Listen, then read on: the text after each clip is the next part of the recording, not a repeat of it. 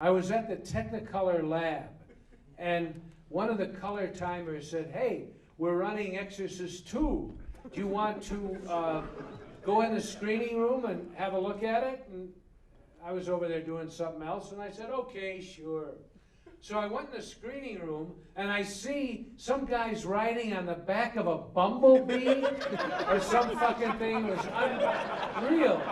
And I left. Oh, I'm like you. I have no regrets about Only God Forgives. I think it's a masterpiece, and it is. I just didn't make it very expensive. Is there a doctor in the house? We need to get a medic in here. Is there a doctor around? I just didn't make it. If you think that's a masterpiece, what is Citizen Kane? It's great, but it's it was an inexpensive movie, so financially. Who gives a shit?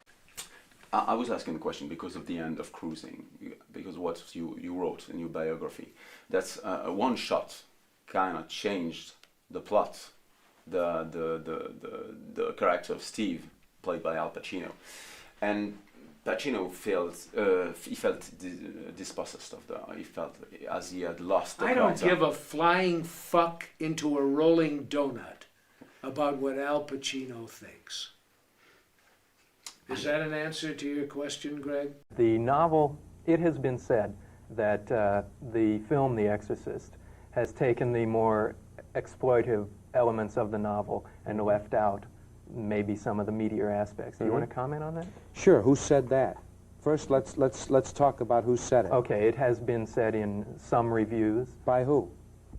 Film critics. Which one? Okay, I don't have specifics with me, but that has been said. I've never heard that. Let's put it that way. Do you physically attack people you work with? There have been occasions. Yeah, you've slapped people before, haven't you? Yeah, well, a priest in The Exorcist. He was not an actor. He was a priest. And it was 4 o'clock in the morning, and we were freezing. And he had to give the last rites to his friend who had just plunged from the top of a flight of steps. And the crew was there and freezing, and we did about 25, 30 takes, and he wasn't getting it. And he couldn't reach the emotional point.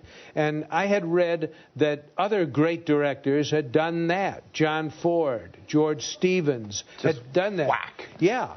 And I first I took him by the shoulders, and I asked him if he loved me and if he trusted me. And he said, "You know I do, Bill." I said, "Okay." And I told the cameras to get ready, and I hit him as hard as I could across the face. And I said, "Roll it." And he went right into the scene. The shock of it, the shock brought forth the tears. And afterwards, he embraced me and thanked me. You can't pull that card too often, though, can you? No, I haven't done it more than 570 times.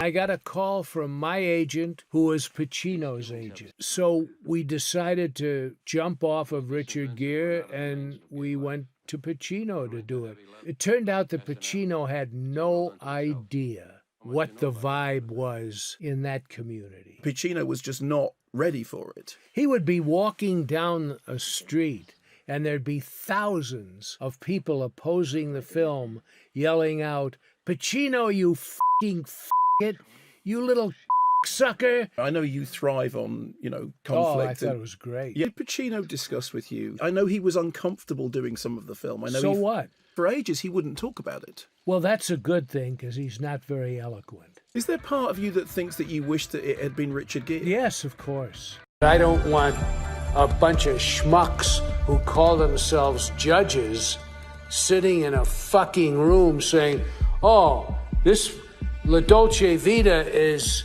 not as good as Batman versus Superman."